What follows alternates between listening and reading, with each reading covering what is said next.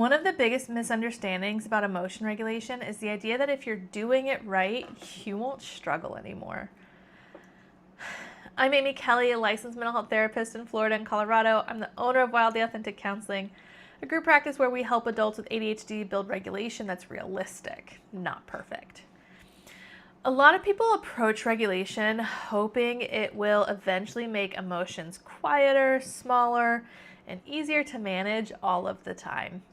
But regulation doesn't mean you won't feel overwhelmed, that you won't get triggered, that you won't have hard days, or that your emotions won't still be intense.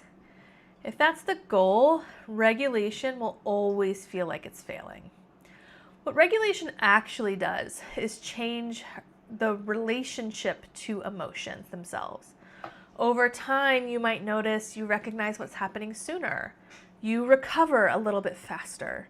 You're less harsh with yourself when your emotions do show up. You ask for support earlier instead of pushing through. Those shifts matter even if the emotions themselves are still there. For ADHD nervous systems, progress often looks subtle. It might look like just noticing escalation before it peaks, choosing a supportive response instead of self-criticism, realizing, this is the low activation moment. I need gentleness right now. Or remembering that intensity doesn't always equal danger. None of that is dramatic, and all of it is regulation.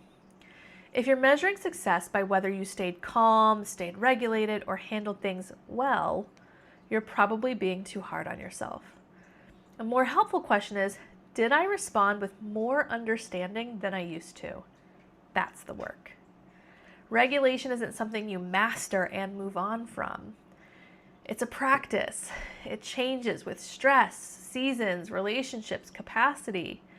Needing to return to the basics doesn't mean you're backsliding. It means you're paying attention. Here's the practice I want for you today.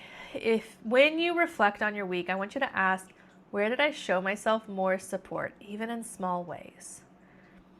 How do you usually measure emotional progress for yourself? Let me know in the comments. I'm really curious.